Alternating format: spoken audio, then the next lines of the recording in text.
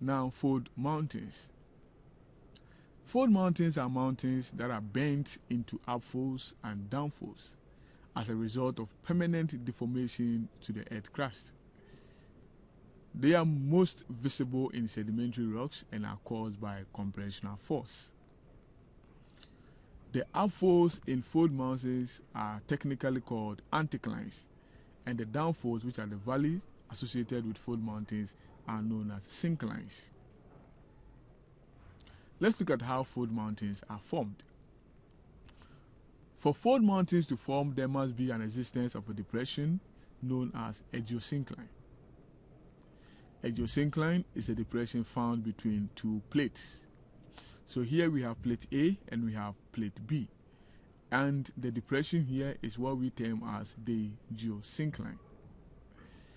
Materials from the plate A and plate B are eroded from the sialic and deposited in the geosyncline to form sedimentary rocks. Remember, when we're looking at rocks, we said sedimentary rocks are formed from sediments. So when materials are eroded from the plate B and the plate A, and those materials are deposited in the geosyncline, they litify to form what we call sedimentary rocks.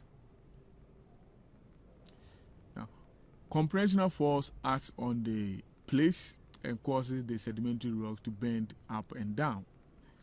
Remember, we said sedimentary rocks as compared to the other rocks are very soft. Secondly, when we're looking at the forces within the earth crust, we talked about the tensional and the compressional force, where we said the tensional force causes plates to move apart, whilst compressional force causes plates to move together. So here, compressional force works on the two plates and causes the plates to move towards each other. And because of the sedimentary rocks here at the geosyncline, the plates forces the geosyncline to bend up and down, causing what we call fold mountains. Now, when you look at fold mountains, you can see that there is a highland and a lowland. The highland is termed as anticline, and the lowland is known as synclines. So this is how fold mountains are formed. Let's watch a quick video on the formation of fold mountains. Xavier builds sand models that mimic the formation of mountain belts and allow scientists to study this complex process. In order for an experiment that runs for only a few minutes but represents natural phenomena that happen over many tens of millions of years, we have to choose a material whose deformation behavior does not depend on time.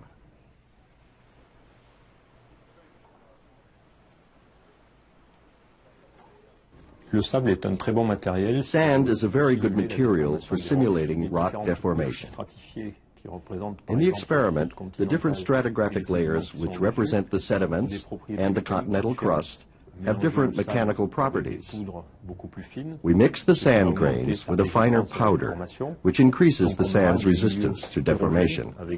Thus, we have heterogeneous material made up of more resistant layers and less resistant layers.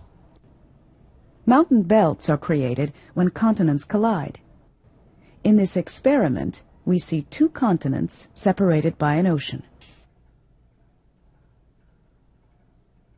Now watch what happens as the plates converge. As one plate subducts or dives beneath the other, the ocean basin closes. The continental crust, which is lighter than oceanic crust, cannot be subducted. Instead, as the continents collide, the crust thickens and is forced up.